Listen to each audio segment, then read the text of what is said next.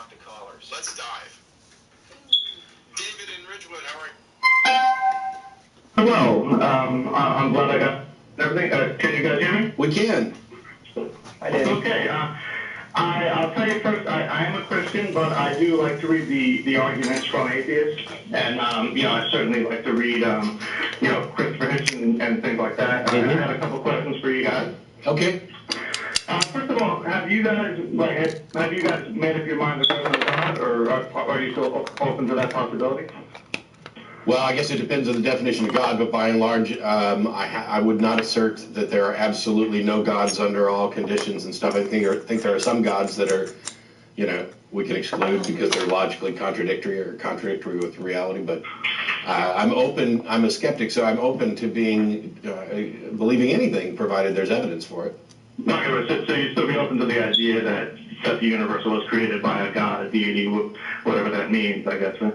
Yeah, it depends on what that means. Yeah, depending on how grumpy I am at that particular moment, I might say, to anybody trying to convince me of a god, shut the F up and leave me alone. I've heard it a million times and not yet been convinced. But, when push comes to shove, yeah, okay, fine. The possibility remains as slim as it may look based on decades of hearing arguments and none of them holding any water. Yeah, there's a small problem, and I'll stop after this so you can get to whatever you want to say, but there's a problem that I discussed on last week's show and again at the North Texas Student Conference, where there's a difference between a phenomenon and the cause for the phenomenon. So I don't know how you could possibly demonstrate rationally a supernatural cause for some observed phenomenon. I don't know how you could actually demonstrate that, which is why the people who are claiming to have evidence for the existence of God, it all seems to come up short.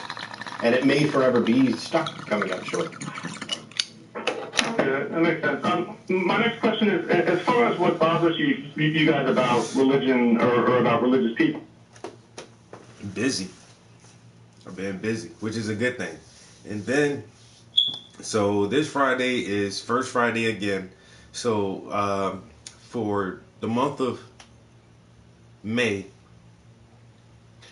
I had I was a part of a two-man show at our main gallery in the area, which went really well. Gave a private viewing and artist talk on this past Monday evening to some New York executives from Prudential. That went over really well. And so First Friday coming up, which is in a couple of our member show at the gallery, which I'll be a part of, which is going to be awesome. And then at the end of June, on June 30th, I will be having another solo show. And then I got a phone call yesterday and someone asked, can I do something for First Friday in July? And it's like, hells yeah, I can do something for First Friday in July. But, and I'm a part of the Keystone Ironworks. So I've been learning to mold, cast, and pour iron. And I think this Saturday we are going to pour our molds at the local furnace. So that's going to be badass. And I'm working on a big ass commission. So busy is good, and I've been busy, so I'm doing damn good right now. On top of my job, learning new things at my job.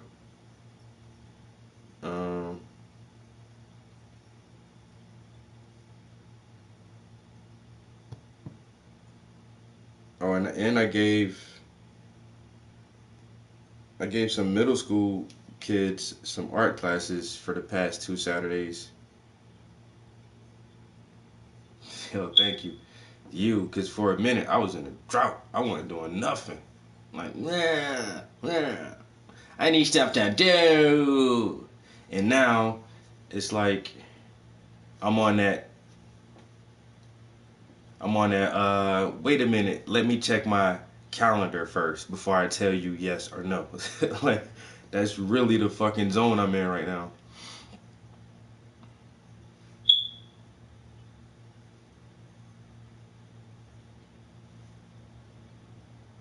Yo, that's what's up, bro.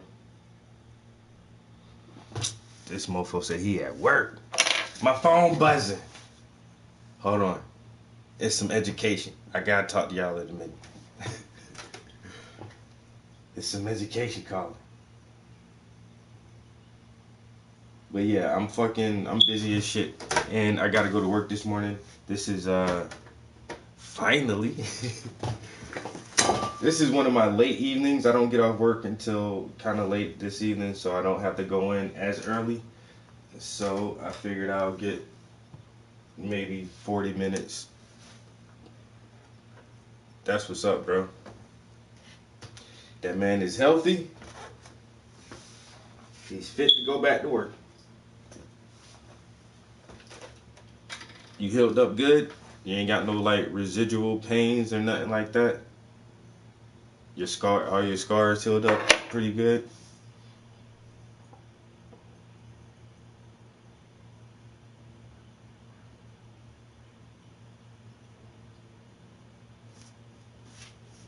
I'm happy to hear it, bro.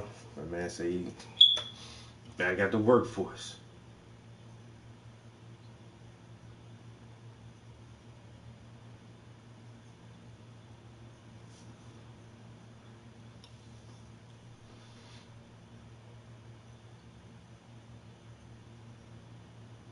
About 90%. Yeah.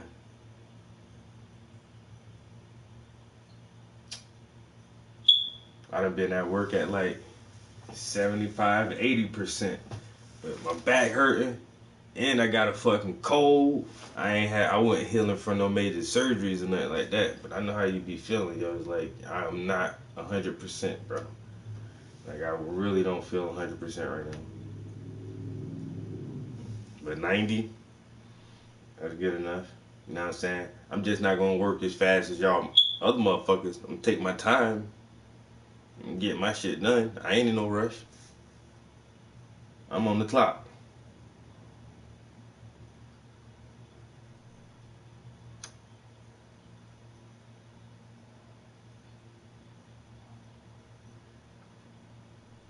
Rev up your engines!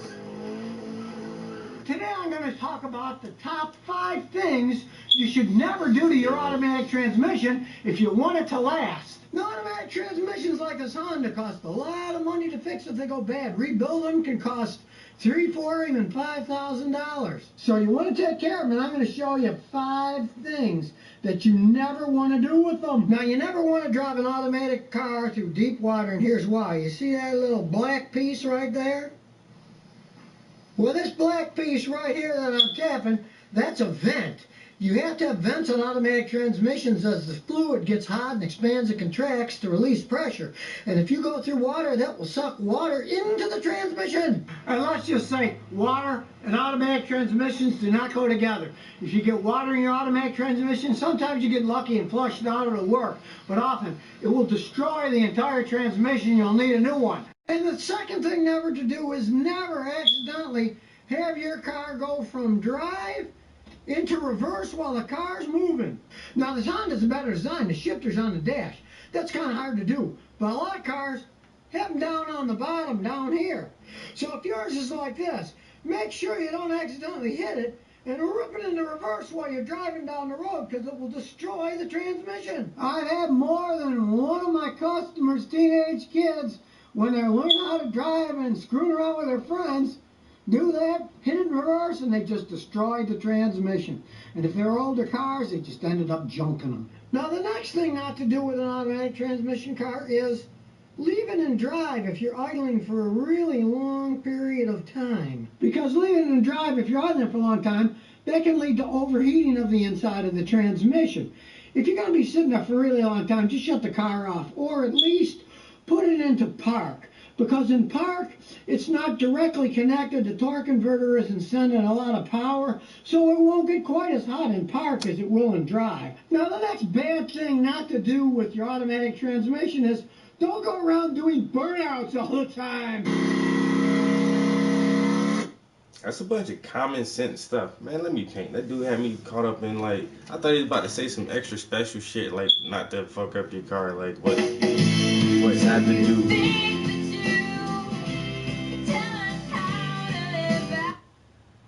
Oh, they said I can't do that.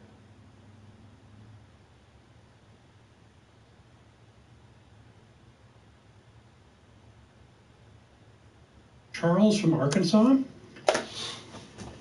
Hey, how y'all doing? Hey, Charles. Doing all right. You wanted to talk about whether we're on a path or not? No, it's just Taoism. Taoism. What I was trying to talk to the streamer Okay. about. And I don't know too much about very that. familiar with it. So maybe you can tell us what that is very briefly. Well, in a way, it's kind of hard to say, because if I could tell you, then I'm not telling you. I'm not hearing you. We're here. It's a path. Life's a path. The universe is a path. It all has it's unrolling, it's unfolding, and you're a part of it, and we're a part of it. Well, that's a particular view. I did a show a while back on purpose. God has a purpose for you, or whatever, and I don't think that atheists believe there is. I don't believe in God and a purpose. That's not what I was trying to get at. Mm-hmm. But you seem to think the universe has got, some sort of thoughts for you, right? No. The universe isn't thinking or anything. Mm-hmm. The universe happened, and we happened as a result of the universe happening. How the universe happened, I don't know. Nobody knows. But we're here and we exist, and we got one life that we know of. We're here now. Mm-hmm. And why not live that life in the best manner that you possibly can? And when you do things that are wrong, you steal or you cheat or you lie, you get these negative effects. And when you do good things to people and you help people, then you feel enjoyment, pleasure, and goodness. So the path is, there's no distinguishable path. It's just what you're feeling is whether it's correct or not. And if you know you're doing something that feels wrong, you're on the wrong path. Well, it seems like what you're describing is kind of a Common sense. basic moral system. Exactly. You don't have to give that shit the you're name thinking of in such a way that Taoism. you And are Taoism is something cognizant almost like of your- Buddhism, because Buddhism really isn't a religion, and Taoism really isn't a religion. It's just a way of life. And it's the same thing. It's like, okay, we get that. All right, guys. We get that fucking at the basic level. That's exactly what it is. If you just do good, you put out good energy, positive energy, like good things will come to you. If you do bad,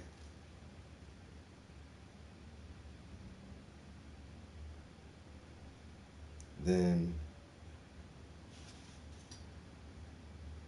you're gonna get negative things in return.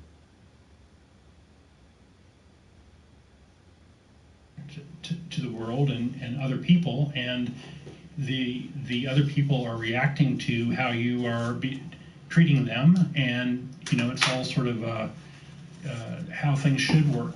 I don't see a strong need to put any sort of mystical spin on it. I don't see that there's a mystical spin. I'm not sure what mystical spin you're seeing in it. Well,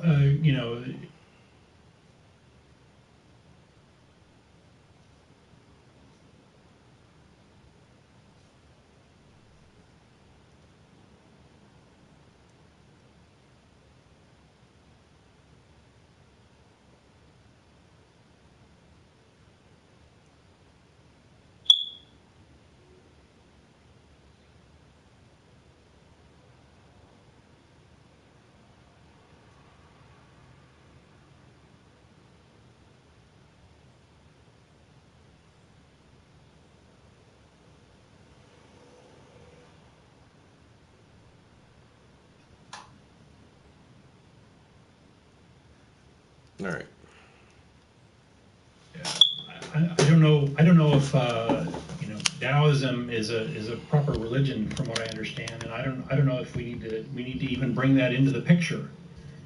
I don't know if it helps the explanation at all. It seems like it's a bit of a distraction. Yeah, but people crave ritual. People have sort of a craving for, or that Yes, we understand they that. hold on to that. It's not. Because I guess you can say ritual, but for some reason, for the simple fact that we do think, and we have developed this sense of morality.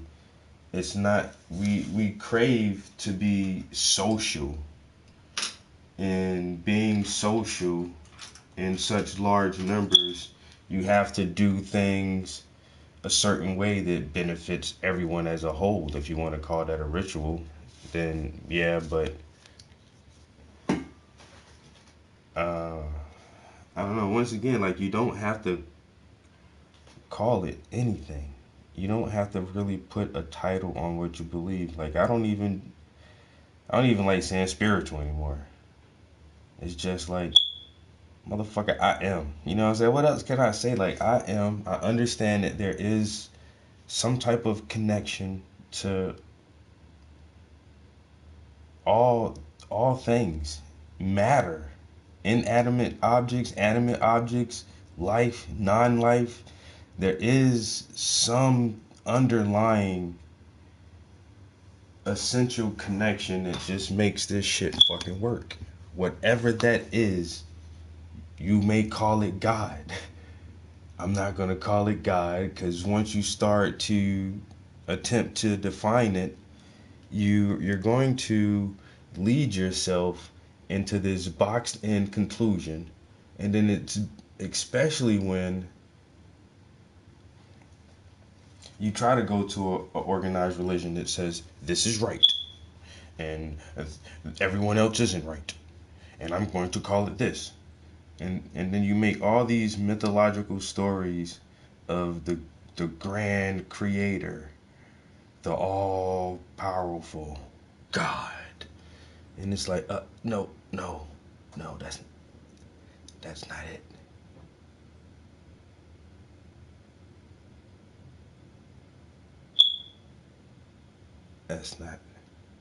That's not how it works.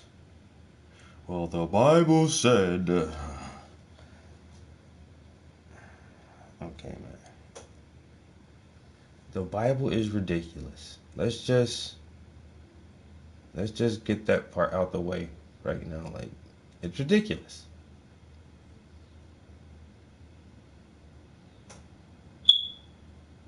I asked the dude last night, I said, who wrote the first 5 books of the Bible? He said, Moses.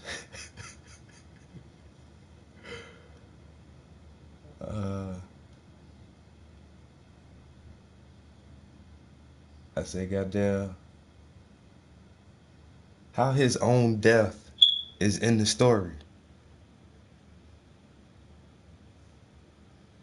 I'm writing a story, and I die while I'm writing the story, but I tell about it in the story.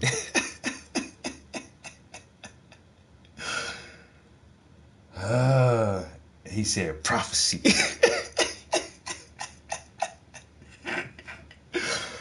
I was like, what? Oh my God, you reaching now, bro. It's a prophecy. He prophesied his own death and then kept writing.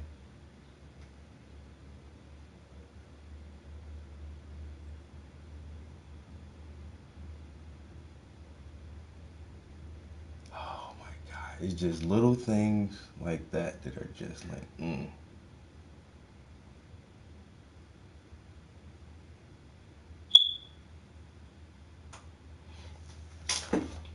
But people want to put like all different names to it. You don't have to call it anything.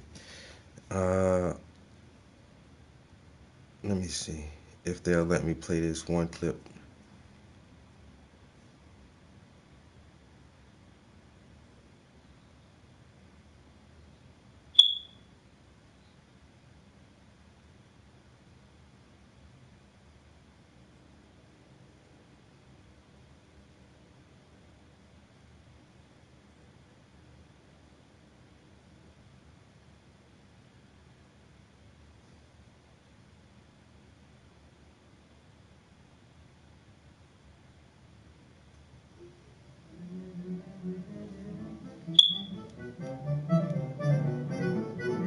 If you've never seen this movie called Waking Life,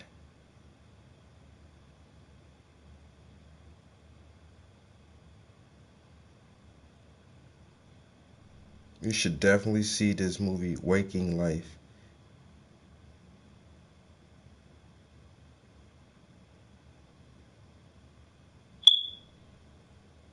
Oh, this isn't in English. A guy in a specific bar with a specific dwarf of a specific height. Just like literature is better for telling a story. You know, like if you tell a story, or even like a joke, like, you know, this guy walks into a bar and, you know, he sees a dwarf, you know, like, you know, that works really well because you're imagining this guy and this dwarf in this bar, and there's this kind of like imaginative aspect to it.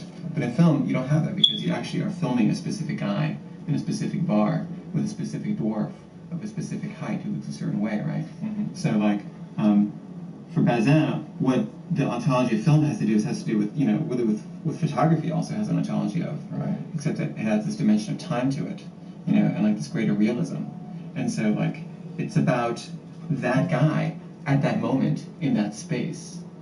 And you know, Bazin is like a Christian, so he like believes that, you know, God obviously, and that like everything, he believes for him reality and God are the same, you know, like, and so what film is actually capturing is like God incarnate, creating, you know, and like this very moment, like, you know, God is manifesting as this, and what the film would capture if it was filming us right now would be like God as this table, and God is you, and God is me, and God looking the way we look right now, and saying and thinking what we're thinking right now, because that is, you know, we are all God manifest in that sense. So film is actually like a record of God, or of the face of God, or of the ever-changing face of God. You have a mosquito. Do you want me to get it for you? You got it. I got it. Yeah, you got it. Okay. And like the whole Hollywood thing is just taking like film and like just trying to like make it the storytelling medium where like you take these, you know, books or stories, and then you like, you know, and then you like get the script and you try to find somebody who sort of fits the thing, but it's ridiculous because it's not, it shouldn't be based on the script, you know, it should be based on the person, you know, or the thing. And in that sense, they're almost right to have this whole star system, because then it's about like that person, you know, right, yeah. You know, instead of like the story. But, you know, like Truffaut always said that, you know, the best films are made, the best scripts don't make the best films, you know, because they have that kind of literary, you know, narrative thing, you know, that you're sort of a slave to. The best films, you know, are the ones that aren't like tied to that slavishly. So, so I don't know, the whole narrative thing, it just seems to me like, you know, obviously there's an interactivity to cinema because it's in time, just the way it's interactive to music. But, you know, you don't first think of the story of the song and then make the song. You know, it has to come out of that moment. You know, and that's why with film. I don't think that's... In a way, in our contemporary worldview, it's easy to think that science has come to take the place of God. But some philosophical problems remain as troubling as ever. Take the problem of free will. This problem's been around for a long time, since before Aristotle in 350 BC. St. Augustine, St. Thomas Aquinas, these guys all worried about how we can be free if God already knows in advance everything you're going to do. Nowadays, we know that the world operates according to some fundamental physical laws. And these laws govern the behavior of every object in the world. Now, these laws, because they're so trustworthy, they enable incredible technological achievements. But look at yourself. We're just physical systems too, right? We're just complex arrangements of carbon molecules. We're mostly water. And our behavior isn't going to be an exception to these basic physical laws. So it starts to look like whether it's God setting things up in advance and knowing everything you're going to do, or whether it's these basic physical laws governing everything, there's not a lot of room left for freedom. So I might be tempted to just ignore the question, ignore the mystery of free will. Say, oh, well, it's just a historical anecdote, it's sophomoric, it's a question with no answer, you know, just forget about it. But the question keeps staring you right in the face. Think about individuality, for example, who you are. Who you are is mostly a matter of the free choices that you make. Or take responsibility. You can only be held responsible, you can only be found guilty, or you can only be admired or respected for things you did of your own free will. So the question keeps coming back, and we don't really have a solution to it. It starts to look like all your decisions are really just a charade. Think about how it happens. There's some electrical activity in your brain. Your neurons fire. They send a signal down into your nervous system. It passes along down into your muscle fibers. They twitch. You might, say, reach out your arm. Looks like it's a free action on your part, but every one of those, every part of that process is actually governed by physical law, chemical laws, electrical laws, and so on. So now it starts to look like the Big Bang set up the initial conditions, and the whole rest of our history, the whole rest of human history and even before, is really just sort of the playing out of subatomic particles according to these basic fundamental physical laws. We think we're special. We think we have some kind of special dignity, but that now comes under threat. I mean, that's really challenged by this picture. So you might be saying, well, wait a minute, what about quantum mechanics? I know enough contemporary physical theory to know it's not really like that. It's really a probabilistic theory. There's room, it's loose, it's not deterministic. And that's going to enable us to understand free will. But if you look at the details, it's not really going to help, because what happens is you have some very small quantum particles, and their behavior is apparently a bit random. They sort of swerve. Their behavior is absurd in the sense that it's unpredictable, and we can't understand it based on anything that came before. It just does something out of the blue according to a probabilistic framework. But is that going to help with freedom? I mean, should our freedom just be a matter of probabilities, just some random swerving in a chaotic system? That starts to seem like it's worse. I'd rather be a gear in a big deterministic physical machine than just some random swerving. So we can't just ignore the problem. We have to find room in our contemporary worldview for persons, with all that entails, not just bodies, but persons. And that means trying to solve the problem of freedom, finding room for choice and responsibility, and trying to understand individuality.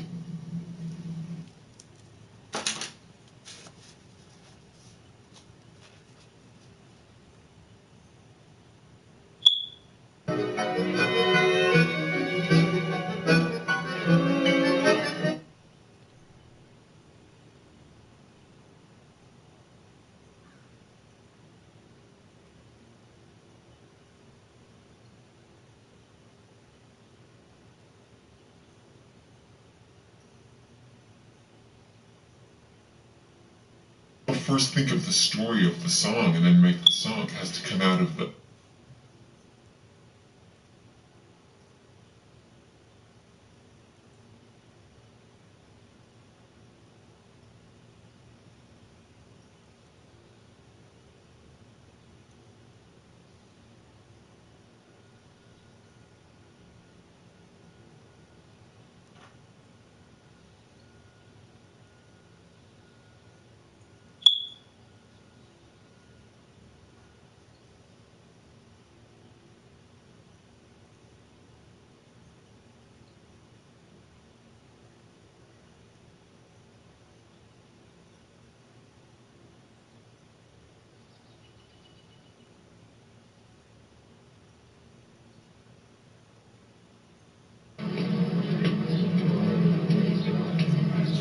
This is another good scene. This is all from the same movie. If we're looking at the highlights of human development, you have to look at the evolution of the organism and then at the development of its interaction with the environment. Evolution of the organism will begin with the evolution of life, proceed through the hominid, coming to the evolution of mankind, Neanderthal, Cro-Magnon man.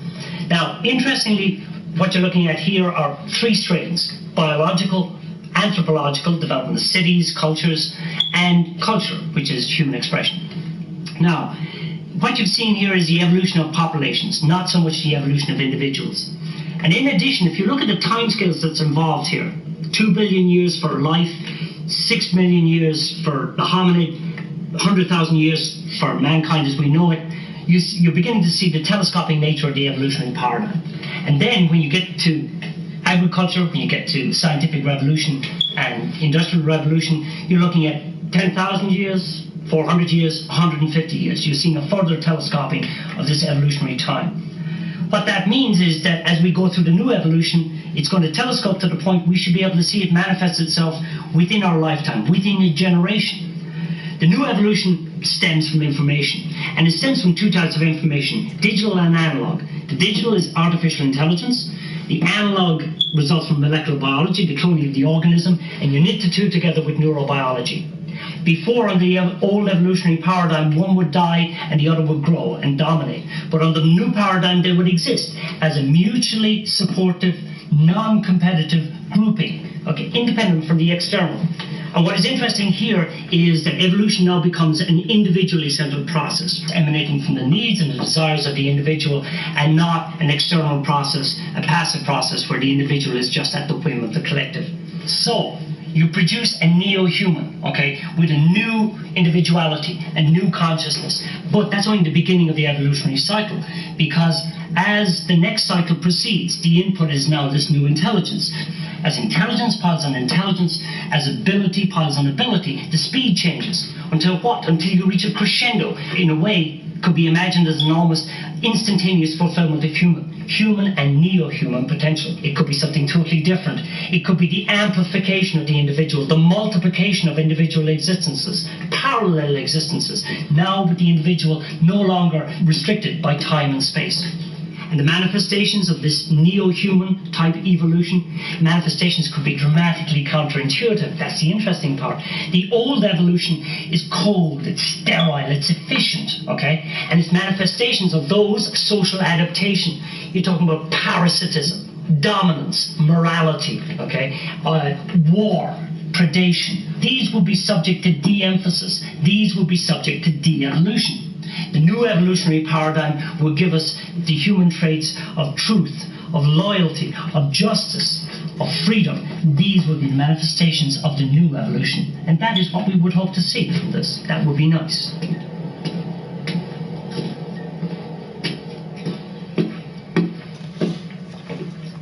Yo, they be having some deep-ass conversations in this movie, yo. Like, once again, the name of that movie is Waking Life.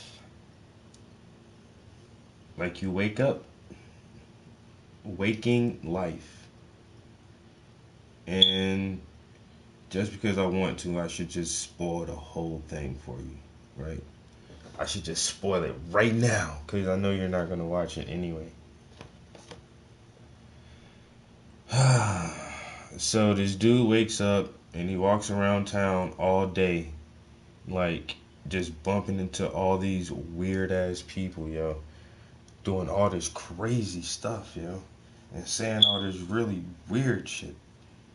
Like this guy is talking about the evolution of the neo-human. It's like, what the fuck? And talking about God and existentialism and reality, the government. And so he goes around all day talking to all these different people, and he realizes he's dead.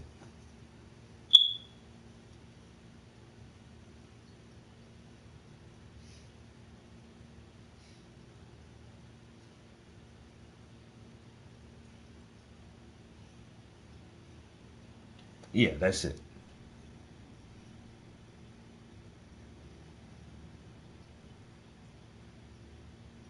And then, like, of course I'm an artist, so I kind of looked at when I looked at the movie the first time, I could tell, like, most parts were animated, but there was something about that movie where you can obviously see that it was a live film, just like a regular movie, and they drew on top of it and made it look like a cartoon. And I was like, yo, that's fucking hot, yo. I like how they did that. They took live footage and made it directly into an animation. But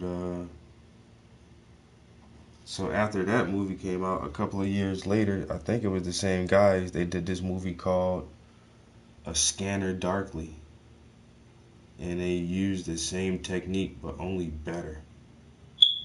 And so A Scanner Darkly is a complete live action movie. And then they took it to the animation studio and drew over every frame and reanimated every frame of the movie, frame by frame. Like, what the fuck?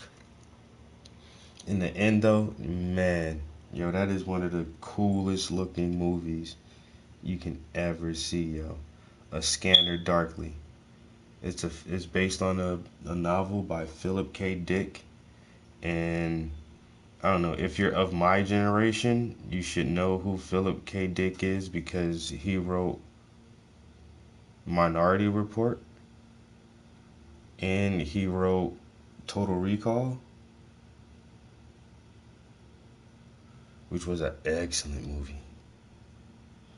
I think that's still like one of my most favorite Schwarzenegger movies to this day is Total Recall. Because it was all futuristic and they were on Mars and everything.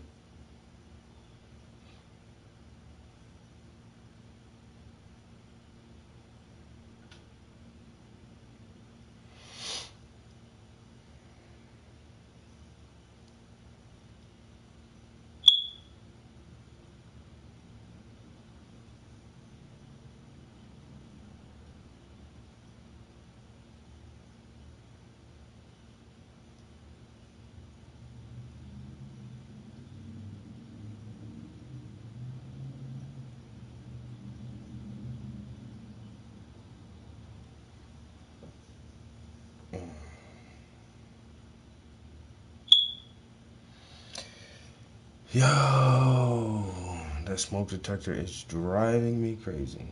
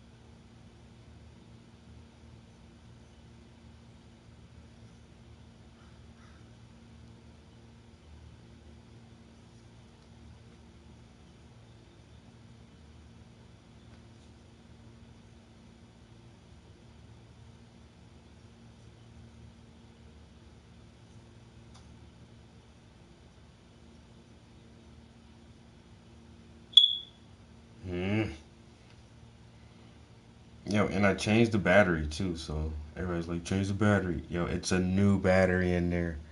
I think just a... Did I do that wrong? I think I did that wrong. Oh.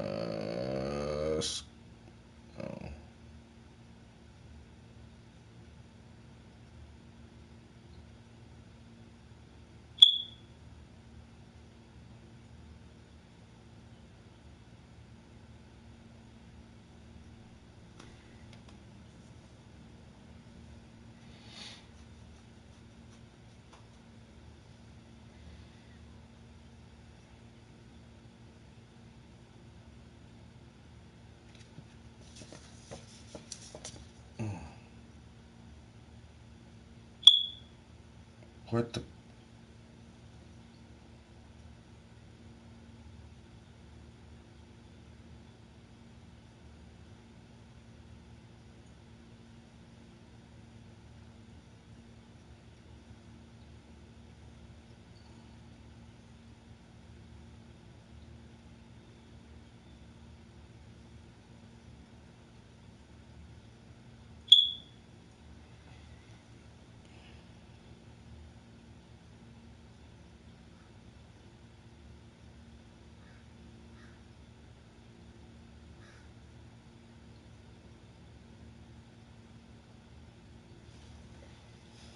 And that's with the door closed. That shit's still beeping that loud.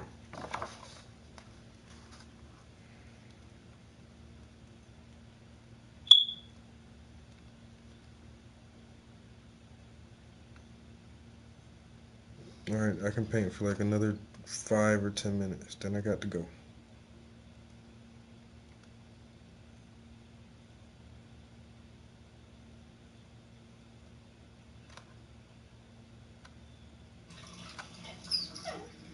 Make clean water. Charles from Arkansas.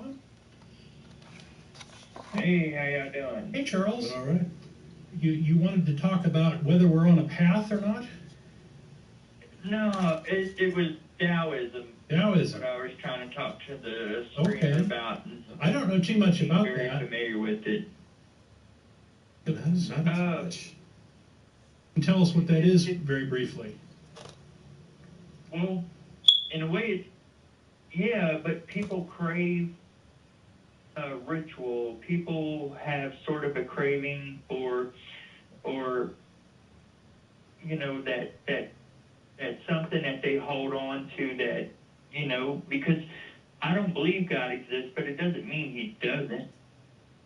And it's just more of a path, more of a system that can remind you and keep you in touch and keep you in a state of truth within yourself. Okay. I can see that. My concern would be that sometimes those thoughts and those ideas take on a life of their own, beyond sort of as a crutch or as a way of just reminding yourself of something, right? So as long as it's clear to you that you're just using this as a mnemonic or a crutch to do the right thing, then I'm okay with it. Well, using it as a crutch, wouldn't that be me saying, well, I'm going to do the right thing because even this system? That's not what I'm trying to say. Right. I do the right thing because it's the right thing. There you go. Okay. So why? And that's basically what Taoism is. You just do the right things because it's the right things. It's not. And why you gotta call it Taoism? Putting pressure on it. It's just. I'm okay with that. Yeah, there's a lot of as you've been talking, I've been kind of looking it up a little bit on. There's a lot of variation to that. I mean, there's some. It says that it could be described as a pantheist type of doctrine on that side, and there are some frameworks that are there. But from what you've described, maybe we're getting hung up on this Taoism thing, and we're not just listening to just the do the right thing. So I think we're in agreement on the do the right thing. Right, just for the sake of doing right, but yeah, it's interesting. Yeah, I mean that's the right path. You don't want to do wrong, and it doesn't take a God, it doesn't take none of that stuff. But Agree. Taoism is where I came to that path. I started off as a Christian and tried to look at Judaism and Islam and try to find the truth in all of that. And the closest thing that I found was this Taoism that says that I don't have to believe in any sort of God, but I could find a way and a reason to keep on wanting to keep on. And because the world can be pretty crappy sometimes, you start to get to that point where, like, what's the point? If I just know that I'm going to die, I'm going to become a part of the universe again, then, why don't I go blow my head off? But through Taoism, it showed that, there is a reason, and that's to take care of your brother and to take care of everybody else. And it actually sounds very similar to secular humanism as well, from what you're, just on the face of what you're describing. Yeah, I've heard that term from y'all, and maybe that's the term I need to start leaning on. It's definitely something to research on your side, because from what you've explained to me, you kind of hit on some of those major points, that this is the one life that we know that we have, doing right just for the sake of helping others, because it's worth it to do it just for that alone, not for necessarily a reward or as an avoidance to a judgment or punishment that comes later. So I would definitely take the time to take a look, because it seems like you're kind of on that path already from the way you broke it down. Sounds like you're a seeker, right? I have definitely always been a seeker, yes, sir. Okay. Well, I think, I don't have a big issue with anything you've said. I think you're doing great, and I hope that maybe you can spread some of your good thoughts around. Yeah, especially out there in Arkansas. Yeah, you're right about that. Well, I'm going to let you go. Thank you very much for your Great call. afternoon. You too. All right. Welcome to a tasting of new Rita Spritz. With the Ritas. New Rita Harry does spritz is fruit forward and fizzy with subtle.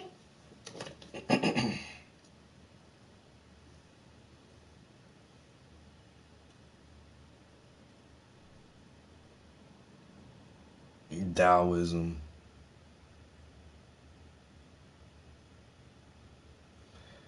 You just do right, man, just because it's the right thing to do. No, that's called being a human. Once again, why did you even have to put a title to it?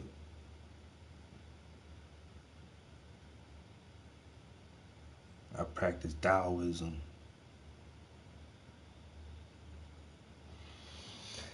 Well, sounds like you're doing a good job to me, man. Just keep it up. Keep spreading the positive words around, especially in Arkansas.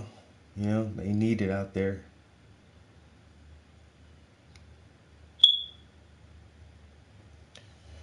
I'm gonna just smash this smoke detector, you know. Swear to God, and just smash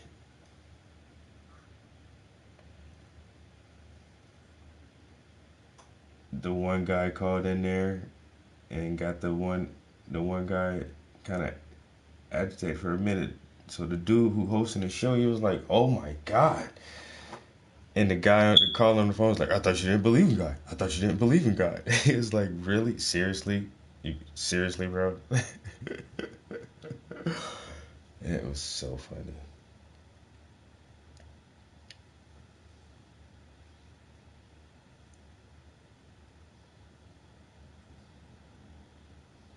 Just because I said, "Oh my God."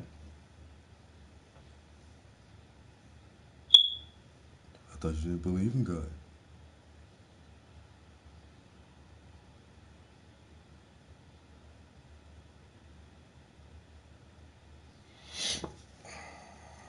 You know, however the universe happened, wherever the hell all this shit comes from, nobody knows.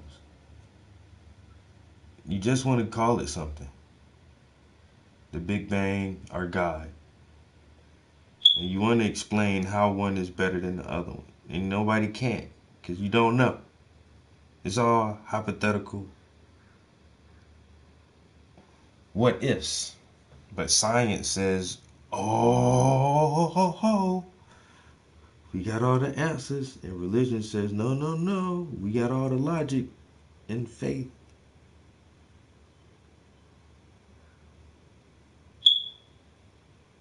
And religion says there is a God, and science says there is no God. And it's like there's something kind of in the middle of what both of you guys are trying to describe.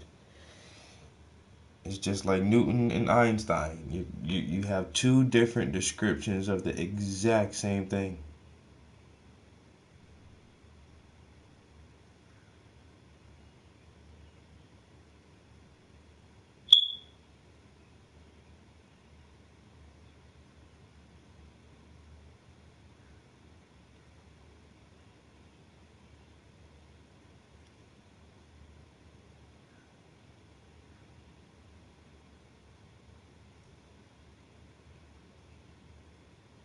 I gotta get out of here and get my ass to work. And that ain't even really no good stopping point where I'm at neither. Damn it, man.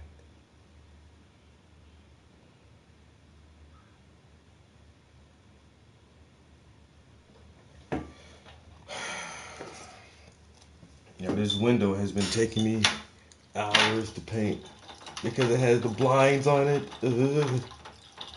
Man, them blinds kick my whip.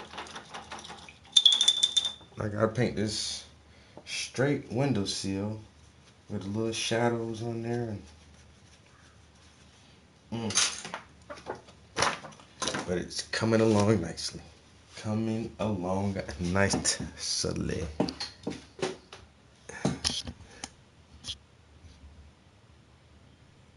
The window looks like a window with blinds in it. You can see some of the little reflections in there. And so here's the trees in the backyard. So you can see like some of the green reflecting in the window. Some of the sunlight coming in.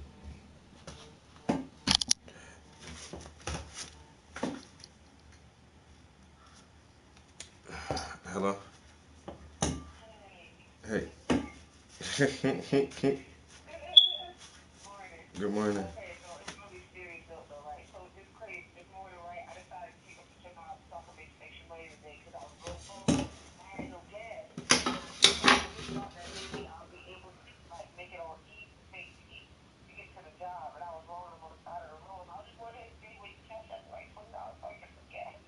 How you gonna get it if you're on the side of the road? How are you gonna go get gas if you're on the